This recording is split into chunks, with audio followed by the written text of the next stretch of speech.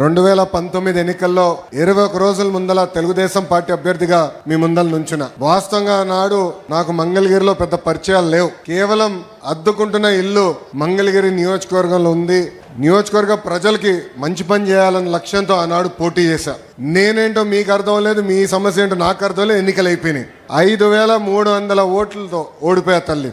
ఓడిపోయిన రోజు మటుకు బాధ కలిగింది. కానీ రెండో రోజు నుంచి ఆ బాధ, ఆవేదన నాలో కసి పెంచింది. మంగళగిరి ప్రజలకి మంచి పనులు చేయాలా, ప్రతిపక్షంలో ఉన్న పర్వాలేదు, వాళ్ళ మనసు గెలుచుకోవాలని లక్ష్యంతో ఆనాడు నుంచి నా పని ప్రారంభించాను. తల్లి ఒక్కసారి ఆలోచించండి. ప్రతిపక్షంలో ఉన్నప్పుడు మీ ఆరోగ్యం కోసం ఎన్టీఆర్ సంజీవిని పెట్టా. తాడేపల్లిలో క్లినిక్, మంగళగిరిలో క్లినిక్, మన దుగ్గిరాల్లో ఏకంగా ఒక మొబైల్ క్లినిక్ పెట్టా. ఈ రోజుటి కూడా ఉచితంగా మేము ముందలు ఇస్తున్నాం ఆ క్లినిక్లో. రెండోది, ఊర్లో పెళ్లి జరిగితే గౌరవంగా బట్టలు పెడుతున్నాం.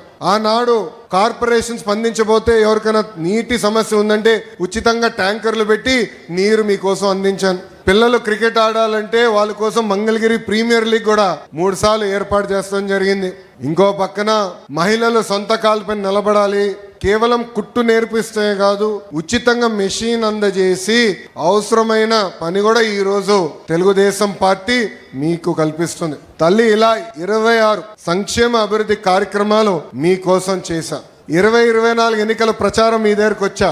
ఆనాడు మిమ్మల్ని ఒకటే కోరా, ఓడిపోయిన లోకేష్ ఇంత పని చేస్తే రేపు గెలిచిన లోకేష్ ఎంత పని చేస్తాడో ఒక్కసారి ఆలోచించమని కోరా. ఆనాడు మిమ్మల్ని ఒక విషయం అడిగా తల్లి. 5300 ఓట్లతో ఓడిపోయా కదా, దాని పక్కన ఒక 0 పెట్టండి, 53,000 ఓట్ల మెజార్టీతో నేను గెలిపించి శాసనసభకు పంపించండి కోరా. తల్లి, అప్పటి వరకు సర్వేలు చదువుతాం. అన్ని పార్టీలు సర్వేలు చేస్తే మీకు బాగా తెలుసులేండి. సర్వేలు ఎక్కడ చూసినా కుప్పం కన్నా కొంచెం వెనకబడి ఉన్నాం మనం. కానీ ఎప్పుడైతే ప్రచారంగా వచ్చా, మీ దగ్గర నుంచి వచ్చిన స్పందన చూశానో, నేను బాబు గారికి చెప్పా, ఎన్నికలైన తర్వాత చంద్రబాబు నాయుడు గారికి చెప్పా, మంగళగిరి కన్నా ఒక్క ఓటు నాకు ఎక్కువ వస్తుంది సార్ అని.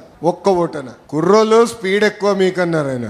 కానీ తల్లి, ఈరోజు గర్వంగా చెప్పగలుగుతున్నాం, 91,000 మెజార్టీతో ఈరోజు మీరు గెలిపించి శాసనసభకు నాకు పంపించారు.